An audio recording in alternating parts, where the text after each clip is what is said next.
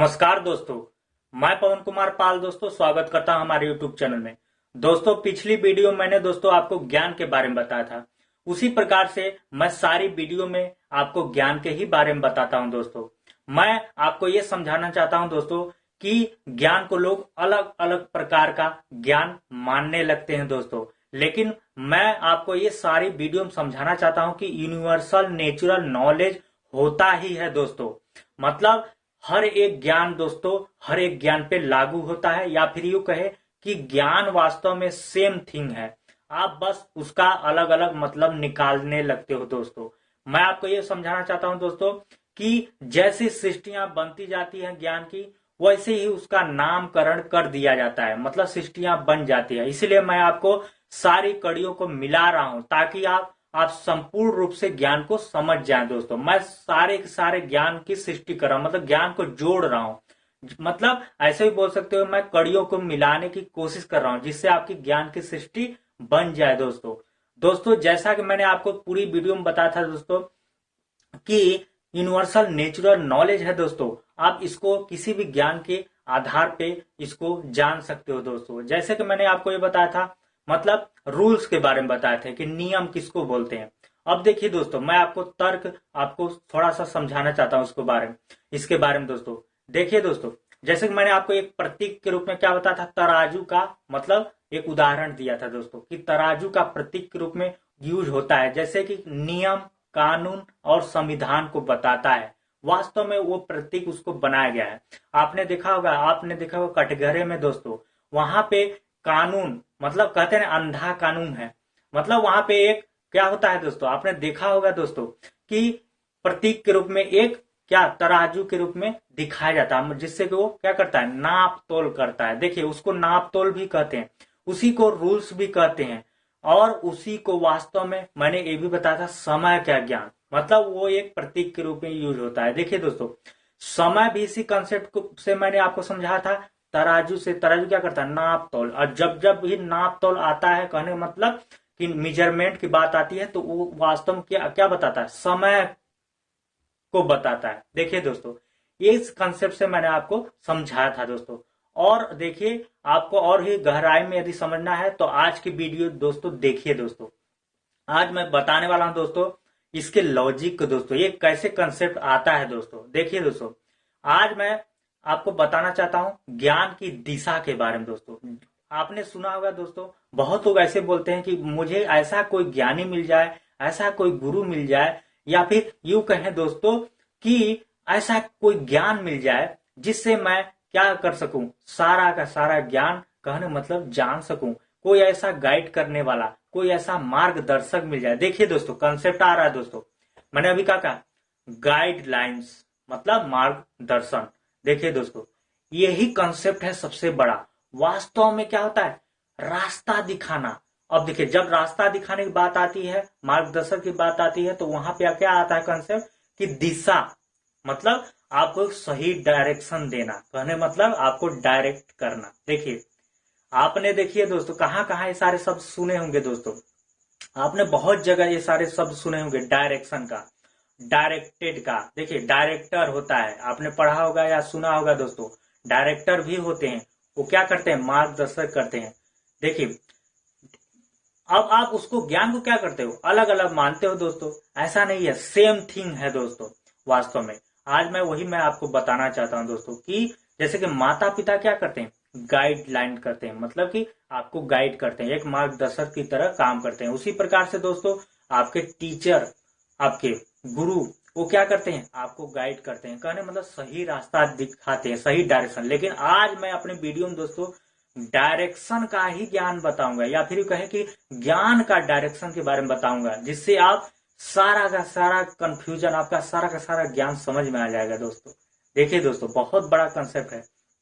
देखिए, मैं आपको बताना चाहता हूं डायरेक्शन को। आपने पढ़ा होगा दोस्तों कि डायरेक्शन कितने प्रकार के, 4 प्रकार के होते हैं। पढ़ा होगा दोस्तों, कौन कौन से, ईस्ट वेस्ट साउथ नॉर्थ, ये आपने पढ़ा है दोस्तों। 4 ही दिशाएं होती हैं, ऐसा माना जाता है। लेकिन जो यूनिवर्सल नेचुरल नॉलेज है दोस्तों, कहने मतलब प्रकृति का जो नियम है, वो ये बताता है दोस्तों कि आपको दोस्तों ज्ञान की दृष्टि से समझना है कि चारों जो आपने अभी दिशा एक बेस बनाया गया, कहने मतलब एक आधार, एक ज्ञान को कहने मतलब स्थिर कर दिया गया। स्थिर कर देना का ही मतलब क्या होता है? आधार। देखिए, ज्ञान को स्थिर कर देना का मतलब क्या हो जाता है? आधार। जब एक सृष्टि फिक्स हो जाती है किसी भी सृष्टि को सपोर्ट करने के लिए, तो उसको क्या बोला जाता है दोस्तों?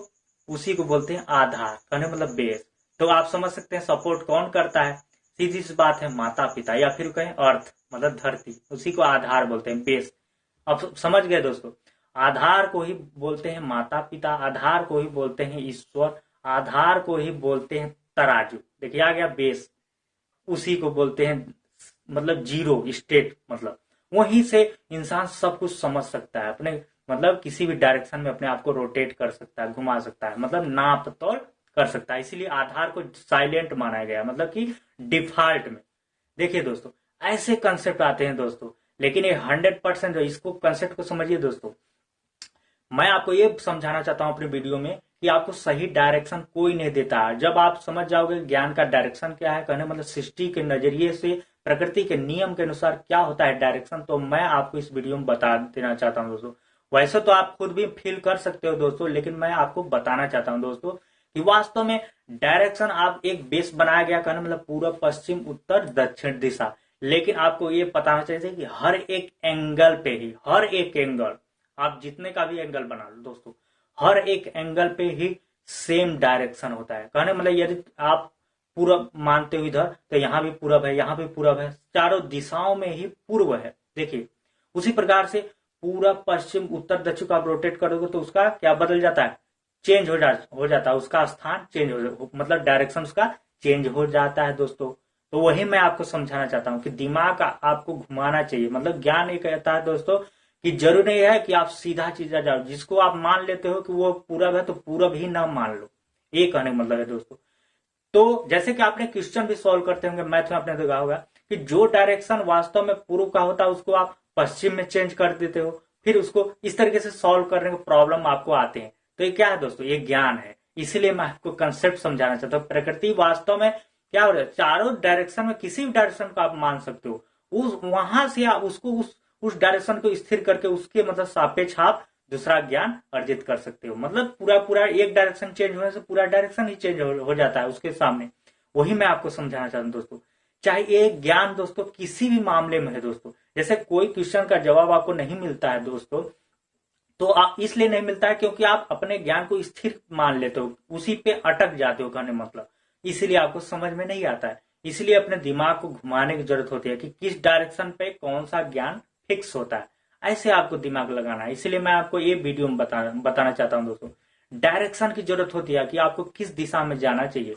इसलिए मैं आपको ये समझाना चाहता हूँ कि पूरी डायरेक्शन में ही आपको सोचना है अपने ज्ञान को जानने के लिए दोस्तों। किसी भी सवाल का जवाब देने के लिए वास्तव में आप सारे दिशाओं से देखिए, तब आपको समझ में आएगा। जैसे कि किसी की बातें आपको समझ में कभी कभी नहीं आती है, मतलब आदमी आपसे कुछ और कह रहा है और आप कुछ और मान रहे हो दोस्तों, ऐसा भी होता है। तो आप एक बार उसकी तरफ से भी सोच लीजिए दोस्तों कि वो क्या कर रहा है, उसकी साइड अपने आप को रख के देखिए, तब आपको उसका ज्ञान समझ में आ जाएगा। उसी प्रकार से उस इंसान को भी आपका मतलब समझना चाहिए दोस्तों, इसलिए वो भी नहीं समझ पाता है। ये होता है डायरेक्शन का फर्क हो दोस्तों। इसीलिए लेकिन ज्यादातर हर एक इंसान की लाइफ में वास्तव में दो ही डायरेक्शन से समझने की जरूरत होती है। वास्तव में उतना दिमाग लगाने की जरूरत है ही नहीं। लेकिन फिर भी मैं आपको ये बताना चाहता हूँ कि प्रकृति वास्तव में उसका कोई वैसे तो डायरेक्शन होता ही नहीं, या फिर वो कहे संपूर्ण डायरेक्शन होता है। आप उसको कोई भी डायरेक्शन मान सकते हो, जरूरी नहीं है कि जो पूरब है उसको पूरब ही, ऐसा नहीं होता है। प्रकृति वास्तव में सभी डायरेक्शनों की एक वैल्यू को बनाती है दोस्तों। आप उस पर विश्वास कीजिए दोस्तों। आप जैसा मानते हो जिस डायरेक्शन में, उस आपको वैसा ही फल मिलने भी लगता है दोस्तों। इसलिए ये आपके मानने पर भी निर्भर है कि आप किस डायरेक्शन में जाना चाहते हो और किस डायरेक्शन को क्या मानते हो, ये भी मायने रखता है दोस्तों। इसलिए मैं आपको ये वीडियो बनाया हूं दोस्तों, ताकि आप ज्ञान को, वास्तविकता को समझ जाएं दोस्तों। तो मुझे लगता है दोस्तों आपको डायरेक्शन का ज्ञान समझ में आ गया होगा दोस्तों, कि वास्तव में उसी को रूल्स भी बोलते हैं। यदि मैं ये कहूं डायरेक्ट, यदि मैं आपसे बोलता कि उसी को क्या बोलते हैं, तराजू, मतलब नियम कानून संविधान, रूल्स बोलते हैं, इसको नियम भी बोलते हैं, कुछ भी, तो आप पहले समझ में नहीं आता। लेकिन अब आप मेरी एक सीरीज में वीडियो देख रहे हो तो आपको सारी चीजें समझ में आ रही हैं दोस्तों कि आखिर ये सारी चीजें उसी कॉन्सेप्ट से निकली है। मतलब वही सृष्टि एक सृष्टि का नया रूप देती है या फिर जन्म देती है, या फिर कहें कि जो सृष्टि जन्म देती है वो सृष्टि वास्तव में खुद ही होती है। मैं आपको ये समझाना चाहता हूं दोस्तों। वास्तव में जैसे कि एक माता पिता क्या करते हैं, अपने पुत्र को जन्म देते हैं, कहने मतलब तो किसको जन्म दे रहे हैं, मतलब खुद को। देखिए दोस्तों ऐसा भी, क्योंकि ज्ञान तो यही है, सीधी सी बात है, अपनी ही शक्तियों को तो मतलब कि सामने ला रहे हैं। इसलिए इंसान कभी मरता नहीं है, वास्तव में जीवित रहता है किसी न किसी रूप में।